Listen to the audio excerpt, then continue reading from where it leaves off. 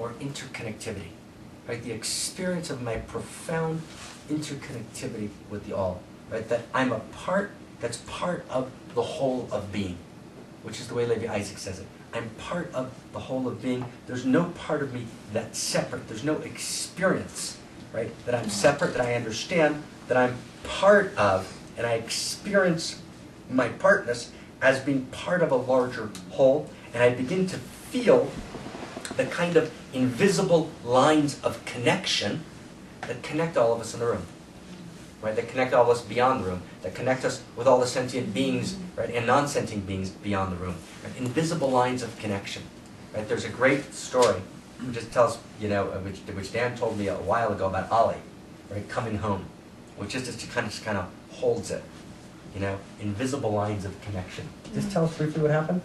If I remember. Well, I was hiking over there. It was here in Teesdale in that outcropping over there. Lions Head. Yeah.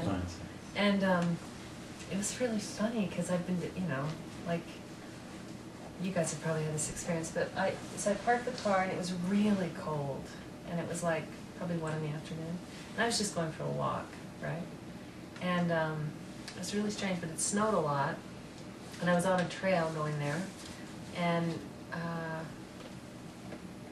then I went into the outcropping, right, and hiked around for a while and came out. I couldn't find a trail, right? But I know where I am. I'm in Teesdale, and there's Torrey, and that was that, whatever, and there's the highway, whatever. But it sort of didn't matter because my car was about, I'm not quite sure where my car was. Like, was it over there? Was it over there? And it's about 4:30 now, right? So the sun's going down, and it's really, really cold. And so I thought, well, what do I should do? Because I really don't have enough time to kind of screw around. Like, it's getting dark really fast, and I could just be one of those people who ends up like a mile from your car dead, freeze to death. It's like, and you feel, I don't know, have you been in those situations where you feel so stupid, right? Mm-hmm. I felt so stupid. So I was like, okay, well, but at the same time, I know exactly where I am, so it's like not a problem. Except I just don't know where my car is. So that's the problem. So I just zigzagged a little bit to pick up the trail, right? I couldn't find it. I couldn't find the trail. So then I went back to the outcroppings and I climbed up on top of a rock and I looked down just because visually I could just pick it up and go straight to my car. And I couldn't see it visually. So then it was like, well, this is unnerving. I guess I could hike straight that way and go to the road, but I just need to go to my car, but now it's 5 o'clock, It's like getting dark. I'm like, this is just so bad. This is stupid. So then I think to myself, I said, Ollie, you have to go to the car. Just take me to the car. And he's confused because he always follows me, right? So he's like going around me, and I said, no, really, just do it. Just take me to the car. By this time, now he's going in a place that's like completely the opposite. I think the car's here intuitively, and he's going this way. Exactly this way, right? So now I'm like, so I didn't quite trust him, actually. I thought, no, it took a few more minutes to find the trail myself, right? Don't quite trust Ollie. But, no, and then now I don't really have a lot of time. It's like I have to quit screwing around, so it's getting cold and dark. And so I said, all right, Ollie, come on, just take us to the car.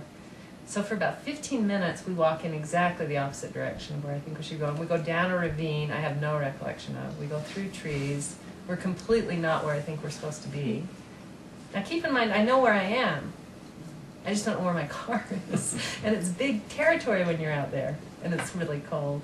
So finally I let go. Finally I just said, okay, go, I'm going to just follow you and not worry about it anymore. And so sure enough, like within 15 minutes, we're back on the trail and right to the car. It's like boom, like that. Right. So direct. Invisible lines of connection, right? And the same Ollie you met outside. Once I think Dan once left him kind of like completely the other side of the tracks after you only had him, I think, 2-3 weeks? Not even that long, maybe 10 days. Yeah. Right? Mm-hmm. And he finds his way across Salt Lake. He's having 10 days, finds his way home. Right? How does he do it? And that's invisible lines of connection.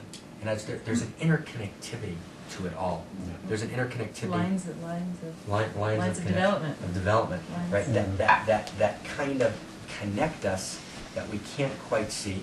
And there is actually no human being or no being who actually lives separated from those lines. And the beginning of an enlightenment realization is the realization of wholeness or interconnectivity. Eros meaning that I experience that you and I are ultimately part of the same stuff.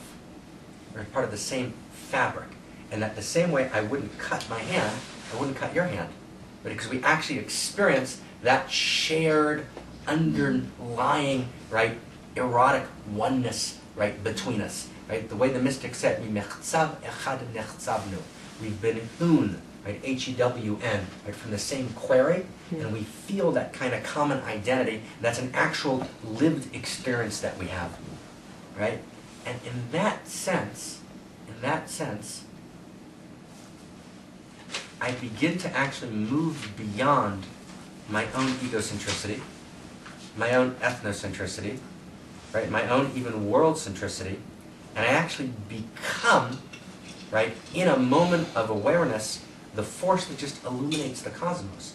And I want to try and kind of go into it deeply. You know, one of the things that the great religions taught was that divine had infinity of power, infinite power. What they forgot was, and where the mystics kind of reminded us, is that if divinity is infinite, then divinity also has infinity of pain. Right? There's not just infinity of power, there's infinity of pain, which means that B'kol tzaratam lo tsar, says the mystic, right? The infinite divine feels, right, every wave of loneliness, right? Every moment of hurt, right? Every moment of pain, right? And that there may be lives of quiet desperation, but a person can never actually live a life of lonely desperation, right? Because wherever I am, right, I'm held, right, by the universe, by the entire cosmos, right, and I'm part of that cosmos, it's part of me, and there's actually no separation. It's what you talked about, I think, last night, Aaron, about the experience of realizing I've always been held. I've always been held. I've never been let go, right, of it in any sense whatsoever. You know, there's a beautiful, beautiful, beautiful, you know, ancient text which actually kept me deeply, deeply connected to spirit for many, many years. The first book I ever wrote was about 15 years ago, when I was just kind of so overwhelmed by suffering in the world that I just stopped functioning. And the only way I could get myself functioning was to write. And so I just spilled out 400 or 500 pages on just the experience of suffering and what that means. You know, that just became, you know, something. And as I was kind of looking and feeling and trying to find my way through, right, I came across this incredible, incredible text written by a mystical master in the Warsaw Ghetto, right, in 1943. I'm on my way to Warsaw. Dan was just in Warsaw, right, just now. And he asks the following question, based on, this is the way the Kabbalists do it, based on a 5th century text. He says, what is God, whatever God is, what does God do on the inside? That's his question. What does God do on the inside? And like a good master, he cites 2 texts. One text, from Jeremiah, says, God oz v'chadva b'mkomo. On the inside, you know, God, in God's true place, there's joy. And another text says, in the same chapter in Jeremiah, it says, B'mistarim tifke nafshi. In God's true place, there are tears. So, Talmud says, yeah, which one? Right? Contradiction. So the Talmud says in Aramaic, Haba bate gavai, haba bate barai. That's on the inside, that's on the outside. But like a good Kohen Talmudist, forgets to tell us which one's the inside and which one's the outside. So for about 1,500 years, people have read this passage to me clearly in the absolute. In the absolute, there's all joy. In the absolute, there's no change. The absolute's not affected by what happens here in the world and the relative. There can't be tears and suffering in the absolute. Clearly, right, on the inside, that is to say the absolute, right, there's joy. On the outside, right, the relative, the way the divine manifests in the world, there's tears. So in 1943, writing in the Warsaw Ghetto, this master said, you know, for many, many years, gorgeous master, who was called the Rebbe of Children. He ran orphanages and spent all of his life just kind of teaching, you know, orphans and children. It's a beautiful master named Kolonimus Kalaman Shapira Piaseczna. He says, for the first time I understand the passage, that it's the opposite of what everyone thought. He said, on the outside, there's a face of the divine which seems indifferent, living in its own kind of bliss and joy. But on the inside of the inside, in the absolute, right, God cries. Because if God would cry for but a moment on the outside, and one divine tear would fall, right, the world would be destroyed. Right, the infinity, it's big heart. Right, it's the infinity, that is what big heart means. It's the infinity of pain. And then the master says, and the only thing I can do is I get with